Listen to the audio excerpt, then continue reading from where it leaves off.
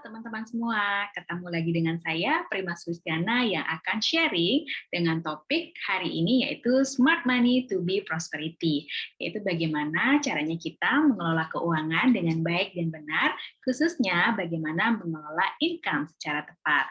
Nah, menurut perencana keuangan, kita wajib mengalokasikan income yang kita dapatkan. 5% untuk charity, 35% maksimal kita boleh bayarkan untuk hutang, dan kemudian 30% untuk biaya hidup dan gaya hidup, minimal 10% alokasi untuk proteksi atau insurance, dan 20% kita alokasikan untuk investasi. So, kesempatan kali ini saya ingin sharing tentang alokasi minimal 10% dari income, kita wajib alokasikan untuk proteksi atau asuransi. Nah, berikut saya akan sharing screen agar bisa lebih jelas lagi. Yes. Nah, sini segitiga manfaat asuransi. Manfaat dasar yaitu untuk proteksi kesehatan. Teman-teman boleh pilih untuk menggunakan fasilitas yang dimiliki oleh pemerintah ataupun menggunakan asuransi swasta, tergantung dari kebutuhan dan juga kenyamanan teman-teman semua. Kemudian yang kedua, bagaimana asuransi bisa digunakan untuk memproteksi income, yaitu menjamin income tetap ada walaupun terjadi resiko. Dan income tetap ada ya, walaupun tidak produktif lagi.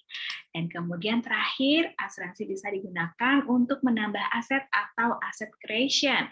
Salah satunya bisa menempatkan atau menciptakan aset dengan lebih murah, yaitu dengan hanya menyisihkan 10-20% dari nilai aset tersebut.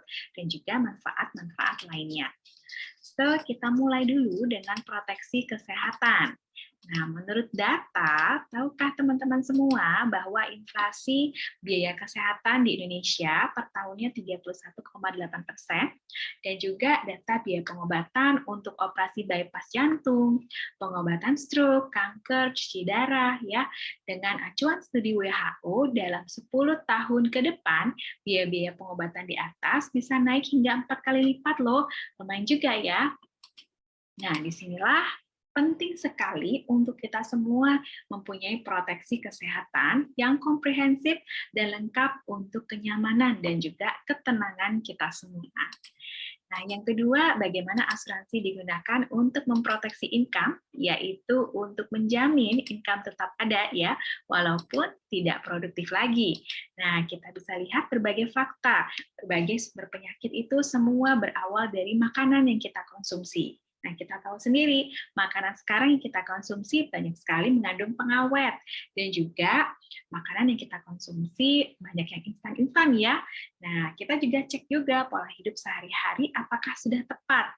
Apakah teman-teman rajin berolahraga dan juga menghindari stres pastinya. Nah, kalau misalnya semua itu kita bisa lakukan, maka meminimalisir yang namanya resiko penyakit ya. Salah satunya adalah sakit kritis seperti jantung, stroke, kanker, dan lain sebagainya, ada cacat tetap total, dan juga bisa berakibat meninggal terlalu dini. Nah, itu semua akan berakibat pada income atau sumber income sebuah keluarga tentunya. Ya, jadi bagaimana perlindungan atas kondisi kritis bekerja atau income protection itu bekerja manakala terjadi resiko salah satu penyakit kritis, maka uang pertanggungan ideal yaitu sejumlah 5 kali annual income akan keluar dan bisa dipakai untuk biaya hidup sehari-hari ataupun untuk membayar hutang. Ya. Nah, kemudian yang terakhir, bagaimana asuransi bisa digunakan untuk menciptakan aset ya. Jadi kita bisa lihat fakta-fakta di lapangan ya, teman-teman. Tidak semua aset itu mudah dicairkan ketika si pemilik aset sudah tiada.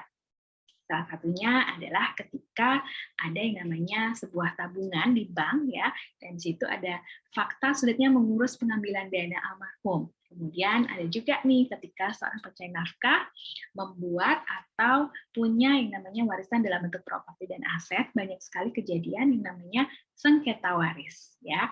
Nah, kalau di asuransi jiwa atau di insurance, bahwa semuanya itu berdasarkan data penerima manfaat. Jadi tidak memakai hukum waris yang ada di Indonesia, tetapi memakai hukum penerima manfaat. Siapa yang tertera di polis, maka hanya dia yang berhak. Kemudian, asuransi saat ini juga bebas dari pajak, ya. Nah, itu sekilas kenapa penting sekali untuk memiliki proteksi dan mengalokasikan income yang kita miliki minimal 10% dari income untuk alokasi proteksi agar investasi yang kita jalankan tidak akan digerus, ya, tidak akan ditarik atau tidak akan hilang apabila terjadi resiko hidup yang tidak diinginkan oleh pencari nafkah. Sekian sharing saya hari ini, semoga bermanfaat. Sampai jumpa di sharing-sharing berikutnya. See you!